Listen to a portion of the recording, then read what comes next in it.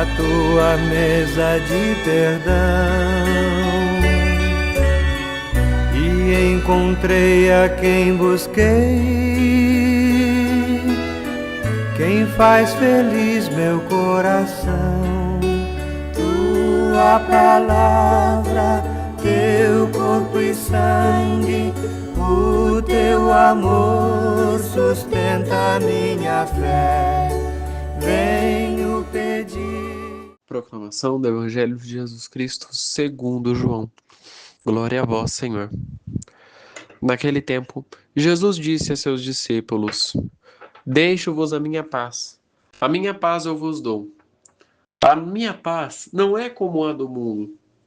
Não se perturbe o vosso coração, nem se intimide o vosso coração. Ouvistes o que eu vos disse. Mas voltarei para vós. Se me amasseis, ficareis alegres, pois vou para o meu Pai, pois o Pai é maior do que eu. Disse-vos isto agora, antes que aconteça, para que quando acontecer, vós acrediteis. Já não falarei muito convosco, pois o chefe deste mundo vem. Ele não tem poder sobre mim. Mas, para que o mundo reconheça que eu amo o Pai, eu procedo conforme o Pai me enviou. Palavra da salvação. Glória a vós, Senhor. Meus irmãos e minhas irmãs, que as palavras do Santo Evangelho perdoem os nossos pecados. Amém.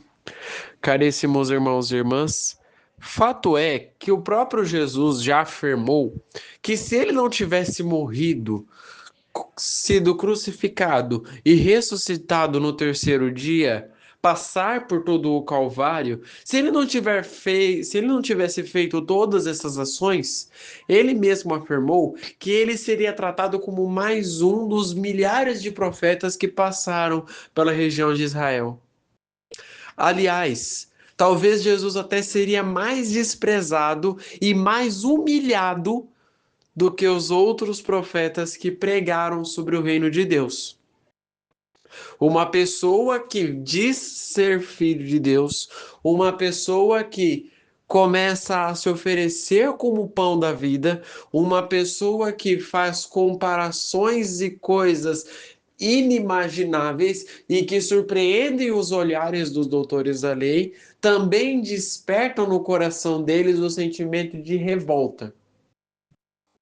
Mas de fato, percebam que é necessário na nossa vida, muitas vezes, passar por situações de dificuldade para que de fato nós tenhamos reconhecidos.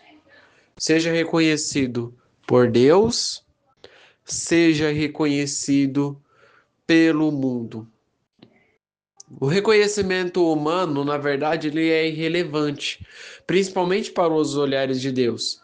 Mas quando eu sou reconhecido pelo amor do Pai, quando eu sou amparado por este amor do Pai, aí sim eu tenho o reconhecimento completo. Para um cristão não vai mudar o fato de eu ter um carro do ano. Para um cristão não vai mudar o fato de eu ter uma casa. Para um cristão não vai mudar o fato de eu ter tudo e não ter nada. Porque o que deve mudar no meu coração é, de fato, se Deus cuida de mim. Se Deus me ama. A única coisa que importa para nós é o amor.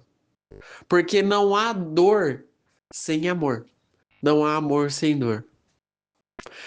Eu não consigo amar uma pessoa sem entender que ela vai me ferir certas vezes. Os casais sabem melhor do que eu disso. Quantas brigas nós já passamos? Quantas brigas vocês já passaram? Quantas brigas vocês já passaram um com o outro? E se separaram? Não.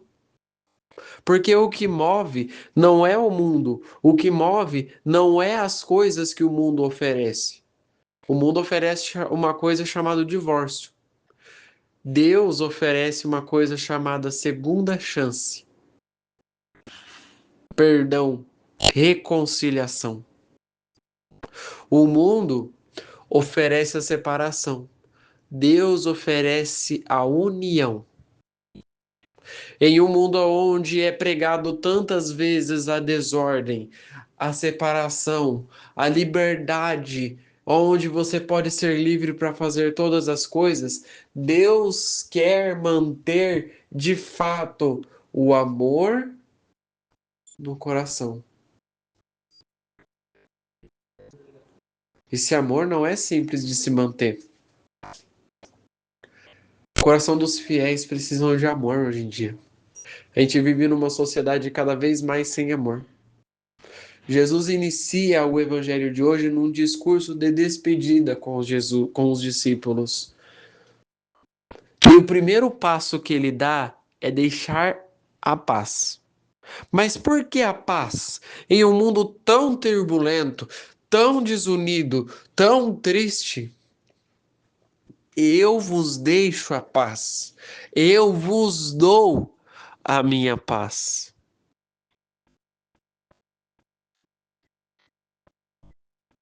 A paz que não é como a paz do mundo, porque vejam, é como eu disse, o mundo prega a desunião, a desordem, a bagunça. O mundo prega um mundo onde eu sou livre para fazer as minhas ações. Jesus prega um mundo onde eu estou preparado para perdoar o próximo, sem medida e sem nenhuma mera circunstância. Apenas o perdão deve fluir no meu coração. Deixar a paz, então, é o primeiro passo para um discurso de despedida dolorosa. Porque Jesus sabe que depois daquele discurso, Jesus ia ser preso, crucificado. E o que mudaria no coração dos discípulos é: eles deixariam de viver toda aquela alegria de estar com Jesus para começar a viver a angústia de estar sem Jesus. Por isso Jesus diz: não perturbe nem intimide o vosso coração. Caríssimos irmãos e irmãs, no mundo a gente vai ter muitas e muitas e muitas dificuldades. O nosso problema é que quando eu entro numa dificuldade, eu me acomodo a ela. Quando eu entro em uma dificuldade, dificilmente eu consigo recorrer à força de Deus para sair dela. A gente tem uma facilidade para entrar nas dificuldades da vida, mas dificilmente a gente consegue sair delas, porque muitas vezes eu estou preocupado em tentar resolver algo que eu não consigo sem a oração. Porque muitas vezes eu estou tentando resolver algo que não vai me resolver sem o poder da oração. Não intimide o vosso coração. A gente ouviu isso no evangelho de ontem, a gente ouviu isso no evangelho de domingo, aliás. Não vos perturbe o vosso coração. Tendes fé em Deus. Tendes fé em mim também. E este é o primeiro passo para quem quer ter um coração acalmado. Ter fé em Deus e ter fé em Jesus. De fato, se eu tenho fé em Deus, eu também tenho fé que eu vou conseguir superar aquele obstáculo. Ouvistes o que eu vos disse: voltarei para vós. O amor,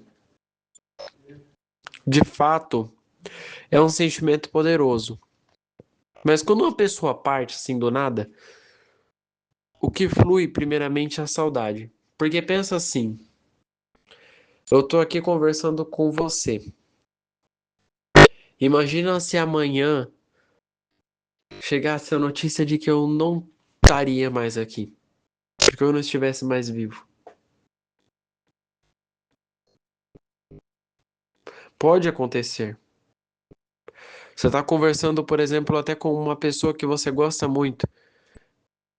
E se essa pessoa do nada sofre algum problema e morre? Pode acontecer. Qual é o primeiro sentimento que vai bater no nosso coração? A saudade. Mas espera aí.